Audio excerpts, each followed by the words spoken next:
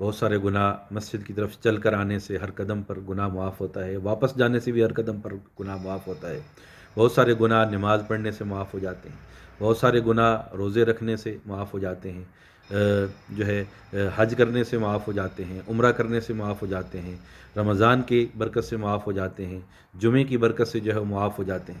تو جو باقی ہیں ان کو بھی ہمیں سچی توبہ کرنی چاہیے، توبۃ النصوح کرنا چاہیے۔ یا ایھا الذین آمنوا توبوا الی اللہ توبۃ نصوحا، اے ایمان والو اللہ کی طرف سچی توبہ کرو۔ اور اسی طرح اس کے بعد جو ہے وہ فرمایا گیا کہ اپنے آپ کو لا تقتلوا انفسکم، اپنے آپ کو نہ مارو، اپنے آپ کو اذیت دینا، تکلیف دینا یہ جائز نہیں۔ یہاں تک کہ عبادت میں بھی یہ جائز نہیں کہ انسان اپنے جسم کو ضرورت سے زیادہ اس پر بوجھ ڈالے۔ ایک دفعہ نبی اکرم صلی اللہ علیہ وسلم نے مسجد نبوی کے اندر رسی دیکھی کہ جو ستونوں کے درمیان بندھی ہوئی تھی، تو آپ صلی اللہ علیہ وسلم نے پوچھا کہ یہ کیا ہے؟ فرمایا کہ حضرت زینب رضی اللہ تعالیٰ عنہ جب عبادت کرتے تھک جاتی ہیں تو ان رسیوں کے سہارے کھڑی ہوتی ہیں تاکہ عبادت کرتی رہیں۔ آپ صلی اللہ علیہ وسلم نے ان رسیوں کو کھلوا دیا اور فرمایا کہ ان لربک علیک حق، تمہارے رب کا بھی تم پر حق ہے، ولأہلک علیک حق، تمہارے گھر والوں کا بھی تم پر حق ہے، ولزوجک علیک حق، تمہارے اسپاؤز کا بھی تم پر حق ہے، تمہاری فیملی کا بھی تم پر حق ہے، ولعینک علیک حق، تمہاری آنکھ کا بھی تم پر حق ہے کہ اس کو نیند دو اور اس کو آرام دو، اور ولجسدک علیک حق، تمہارے جسم کا بھی تم پر حق ہے۔ فآت کل ذی حق حقہ، give everyone their due rights, ہر بندے کو اس کا جو حق ہے، جس کا وہ مستحق ہے، جس چیز کا وہ اس کو دو۔ جسم کو بھی آرام کی ضرورت ہے، ذہن کو بھی آرام کی ضرورت ہے، آنکھوں کو بھی آرام کی ضرورت ہے، وہ جو ہے وہ دو۔ اسی طرح اپنے آپ کو تکلیف دینا، مارنا، خودکشی کرنا یہ بھی حرام ہے۔ حدیث مبارک کے اندر آتا ہے کہ جو کسی لوہے کی چیز کے ساتھ، آلے کے ساتھ اپنے آپ کو مارے گا، قتل کرے گا، جہنم میں وہی آلہ اس کے ہاتھ کے اندر ہوگا اور اپنے آپ کو سٹیب کر رہا ہوگا، اس لیے کہ یہ سزا خود ہی اس نے اپنے لیے تجویز کی۔ جو زہر دے کر اپنے آپ کو مارے گا تو یہ زہر جہنم میں اس کے ہاتھ کے اندر ہوگا اور وہ بار بار اسی کو پی کر اپنے آپ کو مار رہا ہوگا، اس لیے کہ خود ہی اس نے یہ سزا اپنے لیے تجویز کی۔ یہ جسم اللہ کی امانت ہے، اس کی حفاظت کرنا ہماری ذمہ داری ہے، اس کو ہلاکت کے اندر نہ ڈالنا یہ ہماری ذمہ داری ہے۔ اگلے آیات کے اندر جو ہے وہ گواہی کا ذکر ہے، جھوٹی گواہی، اس سے جو ہے وہ بچنا چاہیے، یہ بڑے گناہوں میں سے ہے۔ بدقسمتی سے یہ کہنا پڑتا ہے کہ ہم مسلمان ہیں اور اتنا سختی بتایا گیا ہے کہ جھوٹی گواہی نہ دو، لیکن عدالتوں کے باہر لوگ بیٹھے ہوں گے پیسے لینے کے لیے اور اس کی بنیاد پر وہ گواہی دینے کے لیے تیار بیٹھے ہوتے ہیں، حالانکہ اتنا بڑا گناہ، اور لوگ بالکل اس کو آج کل کچہریوں میں، عدالتوں میں، تھانوں میں اس چیز کا تصور ہی نہیں رہا کہ سچ کیا ہے اور باطل کیا ہے۔ تو ہمیں ان چیزوں کا خیال رکھنا چاہیے۔ آج انہی کی وجہ سے برکات جو ہے وہ ختم ہو گئی، فساد معاشرے کے اندر جو ہے وہ آ گیا ہے۔ اس سے اگلی آیات کے اندر مرد اور عورت کے مقام کو، ان کے رشتے کو جو ہے وہ ذکر کیا گیا، اور خاندانی لحاظ سے ہمیں ایک اہم ہدایت اس بارے کے اندر یہ ملتی ہے، والصلح خیر، کہ صلح بہرحال بہتر ہے۔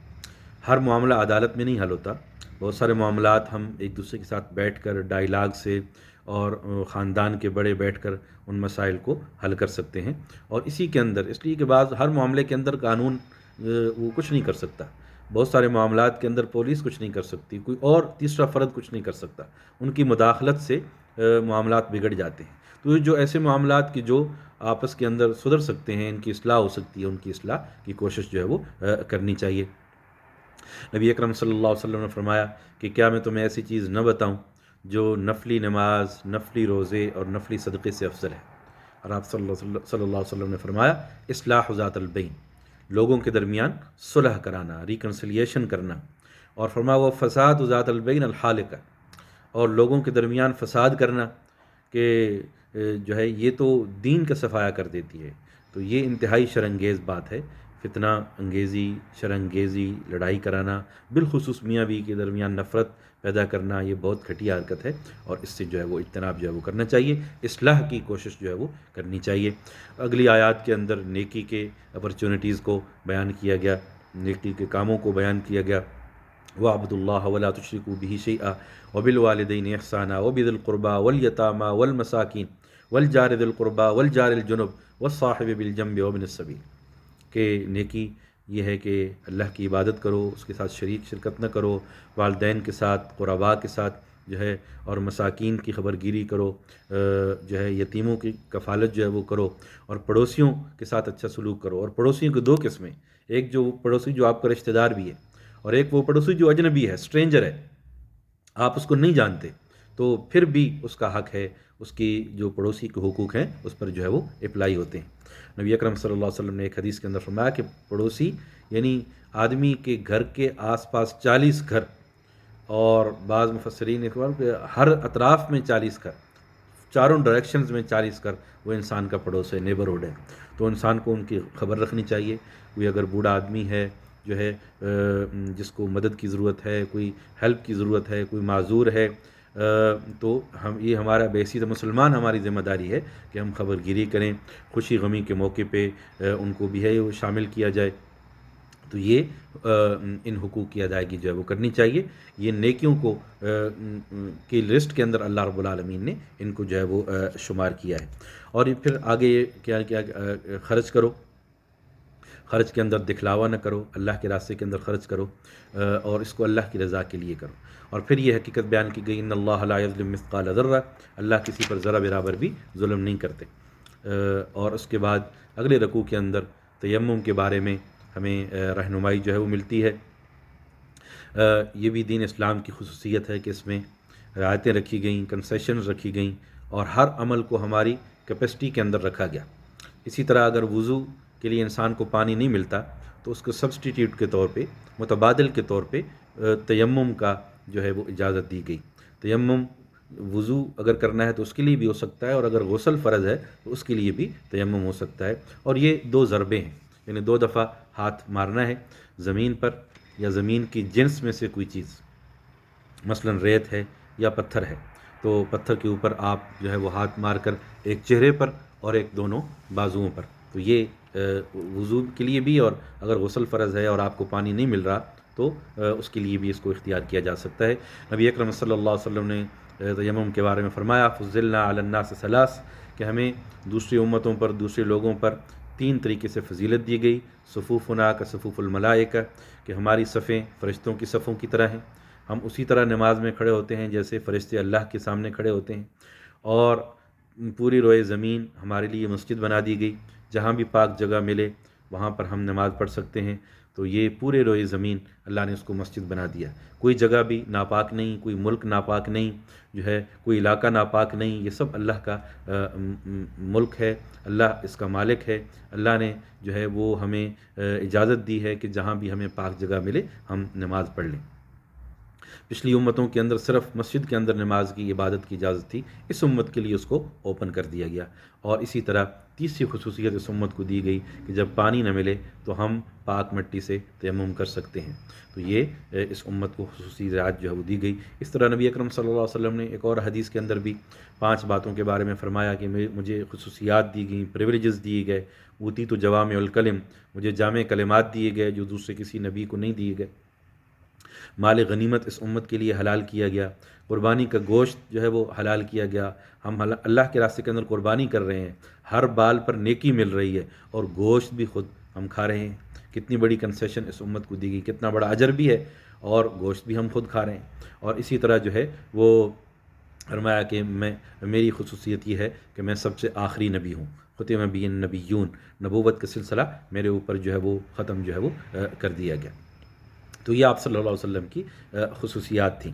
تو یہ اس کے بعد اکبر الکبائر شرک کے بارے میں ہے، ان اللہ لا یغفر ان یشرک بہ ویغفر ما دون ذلک لمن یشاء، شرک کو اللہ تعالیٰ معاف نہیں کرتے، باقی کسی بھی گناہ کو اللہ معاف فرما دیں گے۔ یہاں ایک وضاحت ضروری ہے کہ اس سے مراد یہ ہے کہ وہ بندہ جس کی شرک پر وفات ہوتی ہے، وہ دنیا میں بغیر ایمان کے اور شرک کے ساتھ جاتا ہے، تو یہ سزا اس کے لیے ہے۔ اب ایک آدمی پہلے اس کے ساتھ شرکیہ اعمال ہوئے، شرکیہ عقائد تھے، پھر وہ مسلمان ہوا، جس طرح ہمیں صحابہ کرام کی مثال ملتی ہے کہ زمانہ جاہلیت کے اندر ان سے گناہ ہوئے، شرک کے کام ہوئے، لیکن پھر انہوں نے کلمہ پڑھا، سچے دل سے مسلمان ہوئے، اللہ نے ان کے ساری گناہوں کو معاف کر دیا۔ تو زندگی میں توبہ کے ساتھ وہ معاف ہو جاتے ہیں، لیکن اگر توبہ کے بغیر انسان مر گیا تو پھر مغفرت جو ہے وہ نہیں ہوگی۔ اس کے بعد جو ہے ان اللہ یأمرکم ان تؤدوا الامانات الی اہلہا، اللہ تعالیٰ تمہیں حکم دیتے ہیں کہ امانتوں کو ان کے اہل کے جو ہے وہ سپرد کرو، آنیسٹی ہونی چاہیے، جس چیز کا جو حقدار ہے، عہدہ ہے، منصب ہے، عمارت ہے، جو بھی ہے، اس کے حقدار کو جو ہے وہ دیا جائے، اور پھر انصاف کی بات کرو۔ اور وَإِذَا حَكَمْتُمْ بَيْنَ النَّاسِ أَن تَحْكُمُوا بِالْعَدْلِ، جب بھی لوگوں کے درمیان انصاف کرو تو عدل کے ساتھ کرو، فیصلہ کرو۔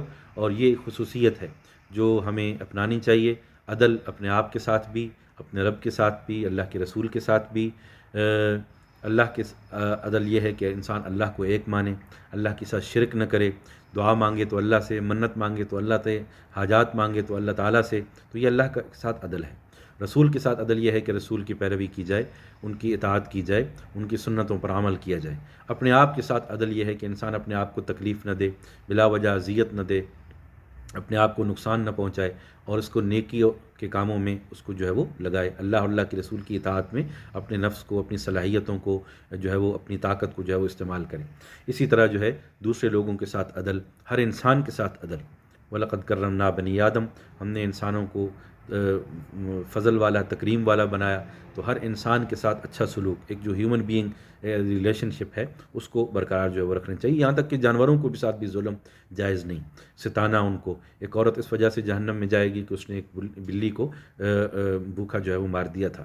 ایک آدمی اس وجہ سے جنت میں جائے گا کہ اس نے ایک پیاسے کتے کو پانی پلایا تھا۔ تو اس جانوروں کے بھی حقوق بیان کیے گئے، یہاں تک کہ بہت کم یہ لوگ جانتے ہیں کہ ہمارے دین کے اندر ایک سبز درخت کو کاٹنا unnecessarily، اس کو بلا وجہ کاٹنا، یہ بھی گناہ ہے۔ تو درختوں کے حقوق بھی جو ہے وہ بیان کر دیے گئے۔ اسی طرح جو ہے اطاعت، یا ایھا الذین آمنوا اطیعوا اللہ واطیعوا الرسول واولی الامر منکم، اللہ کی اطاعت کرو، اللہ کے رسول کی اطاعت کرو، اور جو تمہارے درمیان اولی الامر ہیں ان کی بھی جو ہے وہ اطاعت کرو۔ تو معروف کے اندر اطاعت، اللہ کے بعد، اللہ کے رسول کے بعد جو اطاعتیں ہم پر لازم ہیں، والدین کی اطاعت ہے تو وہ ہم پر لازم ہے، لیکن یہ جتنی بھی اطاعتیں ہیں یہ کنڈیشنل ہیں، یہ معروف کے اندر ہیں۔ گناہ کے کاموں کے اندر اطاعت جو ہے وہ جائز نہیں، اللہ کی نافرمانی کے کاموں کے اندر جائز نہیں۔ تو سمع و اطاعت ایک مومنانہ صفت ہے، اس آیت سے ہمیں اس کی اہمیت معلوم ہوتی ہے۔ اللہ رب العالمین ہمیں عمل کی توفیق عطا فرمائے۔ وما ارسلنا من رسول الا لیطاع باذن اللہ، جو بھی رسول آیا تو وہ اس لیے کہ اس کی اطاعت کی جائے اللہ کے حکم سے۔ ومن یطع الرسول فقد اطاع اللہ، جو رسول کی اطاعت کرتا ہے دراصل وہ اللہ کی اطاعت کرتا ہے۔ وما ينطق عن الهوى ان هو الا وحی یوحی، رسول کوئی اپنی طرف سے تو کوئی باتیں نہیں کرتا، وہ وہی باتیں کرتا ہے جن کا اس کی طرف وحی کی جاتی ہے، جو اللہ تعالیٰ اسے حکم جو ہے وہ دیتے ہیں۔ اس وجہ سے وحی کی دو قسمیں بیان کی جاتی ہیں، وحی مطلوب جس کی ہم تلاوت کرتے ہیں جیسے قرآن مجید، اور وحی غیر مطلوب، وہ وحی جس کی ہم تلاوت نہیں کرتے لیکن وہ بھی اللہ کے حکم کی طرح ہے، جو کہ رسول اللہ صلی اللہ علیہ وسلم کی زبانی ہمیں معلوم ہوا، جس کو ہم حدیث کہتے ہیں۔ حدیث اور سنت، حدیث کہ جو کچھ بھی نبی اکرم صلی اللہ علیہ وسلم نے بیان کیا، قول، عمل، تقریر، آپ کا خاموش رہنا، کسی آپ کے سامنے کوئی عمل کیا جائے، سارا حدیث ہے۔ اور سنت ما ثبت رسول اللہ صلی اللہ علیہ وسلم، جو کچھ بھی رسول اللہ صلی اللہ علیہ وسلم سے ثابت ہے وہ سنت ہے۔ تو ہمیں اطاعت رسول کی کوشش جو ہے وہ کرنی چاہیے، یہ ایسی ہے جیسے اللہ کی اطاعت ہے۔ اس کے بعد فرمایا گیا وَمَن يُطِعِ اللَّهَ وَالرَّسُولَ فَأُولَٰئِكَ مَعَ الَّذِينَ أَنْعَمَ اللَّهُ عَلَيْهِمْ مِنَ النَّبِيِّينَ وَالصِّدِّيقِينَ وَالشُّهَدَاءِ وَالصَّالِحِينَ وَحَسُنَ أُولَٰئِكَ رَفِيقًا۔ اس آیت کا پس منظر یہ ہے کہ ایک صحابی تھے، وہ نبی اکرم صلی اللہ علیہ وسلم سے ان کو بہت محبت تھی۔ وہ فرماتے ہیں کہ میں آپ کی مجلس کے اندر ہوتا تو آپ کو ہی دیکھتا رہتا، اور جب اٹھ کر جاتا تو میرا دل بے سکونی محسوس کرتا، میں دوبارہ آپ کی خدمت میں آ جاتا، گھر جاتا تو دل نہیں لگتا تھا، دوبارہ آپ کی خدمت میں آ جاتا تاکہ آپ کو دیکھتا رہوں، آپ کی محبت میرے دل میں تھی۔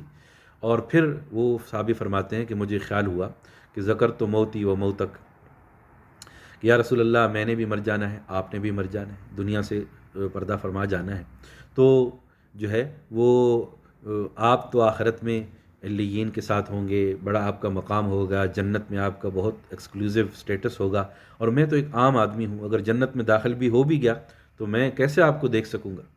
تو میری تو یہ عمل دنیا میں ختم ہو جائے گا کہ میں آپ کو دیکھوں۔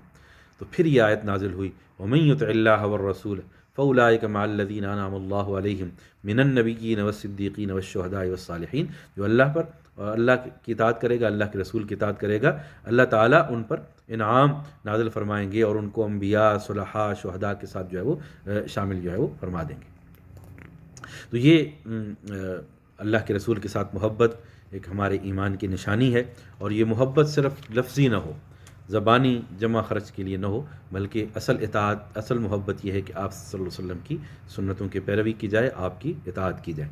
اس کے بعد اگلے رکوع کے اندر کمزور کی مدد کرنا، مظلوم کی مدد کرنا، اس کے لیے آواز اٹھانا، یہ ہماری شرعی ذمہ داری ہے۔ جہاں بھی مظلوم ہو اس کے لیے اخلاقی، سفارتی، قانونی مدد کرنا، یہ بحیثیت مسلمان، اس کو نبی اکرم صلی اللہ علیہ وسلم نے جسد واحد جو ہے وہ قرار دیا ہے کہ اگر ایک ٹکڑے کو تکلیف پہنچتی ہے جسم کے ایک عضو کو، باقی جسم بھی تکلیف میں اور بخار میں اس کے ساتھ شامل ہوتا رہتا ہے۔ تو یہی مثال ہماری بھی ہے کہ ہمیں بھی دوسروں کے دکھ درد پریشانیاں جہاں بھی ہوں، جہاں بھی کوئی مظلوم ہے، اس کی پریشان حال ہے، کوئی محتاج ہے، جو ہے کوئی بھوکا مر رہا ہے، کوئی سردی سے مر رہا ہے، تو ہمارا یہ ذمہ داری بنتی ہے کہ ہر مشکل میں، آفت میں جو ہے ان کی جو ہے وہ مدد کی جائے۔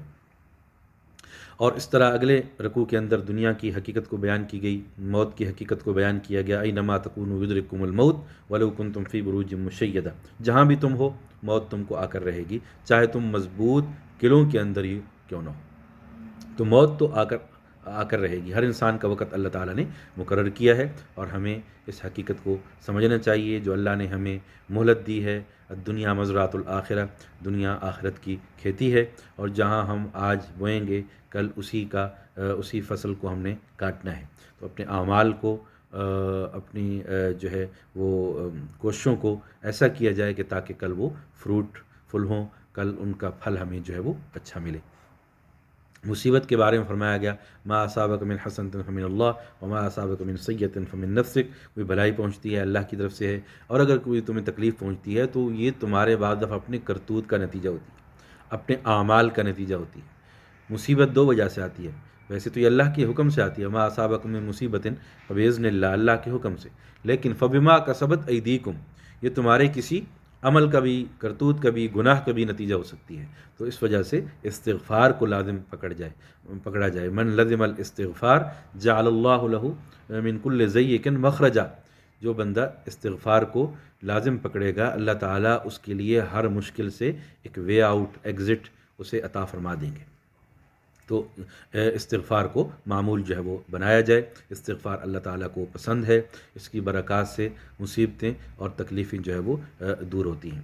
اگلی آیات کے اندر قرآن کے تدبر پر بتایا گیا، فلا یتدبرون القرآن، why they do not reflect and make reflection on Quran, on the verses of Quran, قرآن کی آیتوں پر یہ تدبر کیوں نہیں کرتے؟ قرآن پر تو غور و فکر کے لیے آیا ہے، یہ کوئی ایسا تو نہیں ہے کہ ہم اس کو غلافوں میں ڈال کر شیلڈ کر کے اور بالکل اس کو اعلیٰ ٹاپ شیلف میں جو ہے وہ رکھ دیا جائے ادب کے لیے، احترام کے لیے۔ یہ تو پڑھنے کے لیے آیا ہے، یہ تو سمجھنے کے لیے آیا ہے، یہ تو عمل کرنے کے لیے آیا ہے، یہ تو کتاب ہدایت ہے۔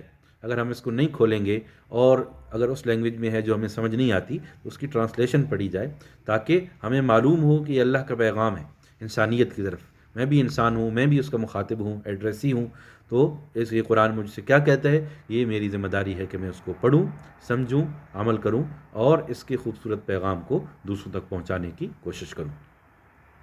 اگلے رکوع کے اندر جو تقریباً 5ویں پارے کا نصف ہے، اس کے اندر جو ہے وہ سلام کے بارے میں فرمایا گیا، وَإِذَا حُيِّيتُم بِتَحِيَّةٍ فَحَيُّوا بِأَحْسَنَ مِنْهَا أَوْ رُدُّوهَا، جب کوئی تمہیں گریٹنگ کرے، سلام کرے تو اس سلام کا اچھا جواب دو۔ سلام ایک گیسچر آف گڈ ول ہے، گریٹنگز، تو اس کا جواب بھی اچھے طریقے سے دینا چاہیے، اور کم از کم اسی سیم پیٹرن پہ دیا جائے، کم از کم، ورنہ اچھے الفاظ میں جو ہے وہ جواب دیا جائے۔ نبی اکرم صلی اللہ علیہ وسلم بیٹھے ہوئے تھے صحابہ کرام کے ساتھ، ایک آدمی آیا، اس نے کہا السلام علیکم، نبی اکرم صلی اللہ علیہ وسلم نے فرمایا وعلیکم السلام، اور 10۔ پھر ایک اور آدمی آیا، اس نے کہا السلام علیکم ورحمۃ اللہ، نبی اکرم صلی اللہ علیہ وسلم نے سلام کا جواب دیا اور فرمایا 20۔ ایک اور آدمی آیا، اور تیسرا آدمی آیا، اس نے کہا السلام علیکم ورحمۃ اللہ وبرکاتہ، نبی اکرم صلی اللہ علیہ وسلم نے سلام کا جواب دیا اور فرمایا 30۔ تو صحابہ کرام حیران ہوئے کہ آپ نے سلام کا جواب تو دیا ہے، لیکن 7، 10، 20 اور 30 اس کا کیا مطلب ہے؟ فرمایا کہ جس نے السلام علیکم کہا تھا اس کو 10 نیکیاں ملیں گی، جس نے السلام علیکم ورحمۃ اللہ کہا اس کو 20 نیکیاں ملیں گی، اور جس نے السلام علیکم ورحمۃ اللہ وبرکاتہ کہا اس کو 30 نیکیاں ملیں گی۔ تو سلام ایک بہت جامع دعا ہے، کہ اللہ تمہیں سلامت رکھے. اب یہ صرف ایک لفظ نہیں ہے، اس کے اندر ہزاروں دعائیں انکلوڈ ہو سکتی ہیں. اللہ تمہیں سلامت رکھے حوادثات سے، بیماریوں سے، پریشانیوں سے، ایکسیڈنٹ سے، اور جو ہے اللہ کی نافرمانی سے. تو یہ جتنی دعائیں آپ اس کے اندر شامل کر لیں، وہ نیت میں اندر ارادے میں شامل کر لیں، وہ شامل ہو جائیں گی. تو اتنا کمپریہنسو گریٹنگ کوئی اور نہیں ہو سکتا. نبی اکرم صلی اللہ علیہ وسلم نے فرمایا لا تدخلوا الجنت حتی تؤمنوا. You cannot believe until you love each other. اس سے پہلے فرمایا کہ لا تدخلوا الجنت حتی تؤمنوا. You cannot enter into جنہ until you believe. تم جنت میں نہیں داخل ہو سکتے جب تک ایمان نہ لاؤ. اور and you cannot believe until you love each other. اور جب تم اس وقت تک ایمان تمہیں نصیب نہیں ہو سکتا، سچا ایمان، جب تک ایک دوسرے سے محبت نہ کرو. اولا ادلکم علی شیء اذا فعلتموہ تحاببتم. کیا میں تمہیں ایسی چیز نہ بتاؤں جب تم اس کو کرو تو تمہارے درمیان محبت پیدا ہو. Shall I not tell you a thing which if you do, you will love each other, you will like each other. افشوا السلام بینکم. spread greetings among you. say سلام to each other. ایک دوسرے کو سلام کرو. ہمیں چاہیے کہ اپنے ینگسٹرز کو، اپنے بچوں کو سلام سکھائیں. بدقسمتی سے یہ سلام نہیں کرتے، تو ان کو وہ ہمیں سکھانا چاہیے کہ یہ چیز کہ ملنا ملانا، ملن ساری، یہ سوشل لائف کے لیے بہت ضروری ہے، انٹریکشن کے لیے بہت ضروری ہے. نبی اکرم صلی اللہ علیہ وسلم جب مدینہ منور تشریف لائے، سب سے پہلی ہدایت یہ دی یا ایھا الناس افشوا السلام واطعموا الطعام. اے لوگو، سلام کو پھیلاؤ، تعلقات بناؤ، ایک دوسرے کے علیگ سلیگ پوچھو، خیر خیریت پوچھو، کھانا کھلاؤ، فیڈ ایچ ادر.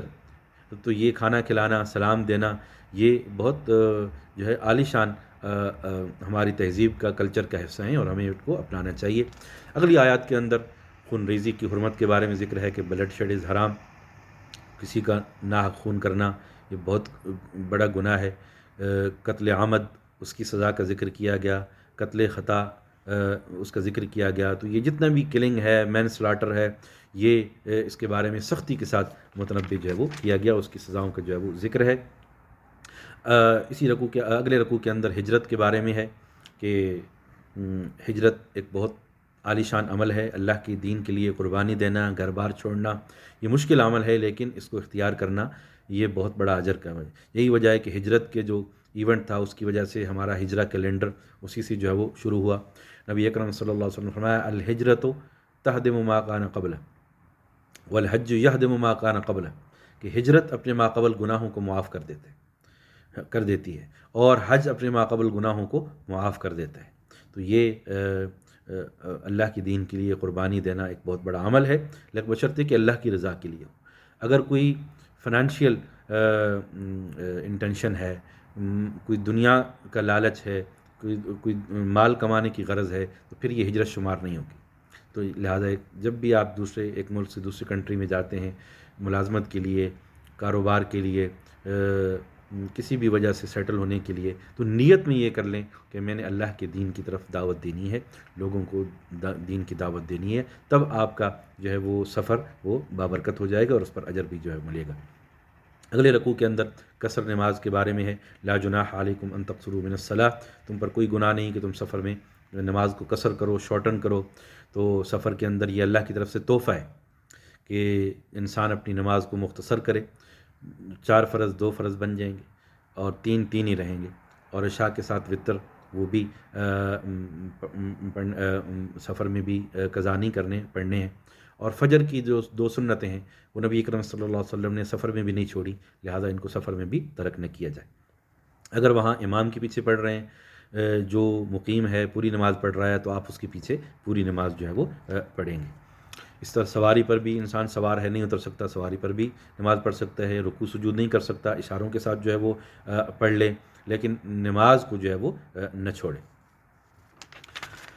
اسی طرح جو ہے اگلے رکوع کے اندر فرمایا ومن یعمل سوءا او یظلم نفسه ثم یستغفر اللہ یجد اللہ غفورا رحیما، کہ جس سے کوئی گناہ سرزد ہوتا ہے، اپنی جان پر کوئی ظلم کر بیٹھتا ہے، اور پھر وہ استغفار کرتا ہے، اللہ سے توبہ کرتا ہے، تو اللہ تعالیٰ ضرور معاف کر دیں گے. تو بحیثیت انسان غلطی ہو جاتی ہے، گناہ ہو جاتا ہے، but we have to seek pardon from Allah.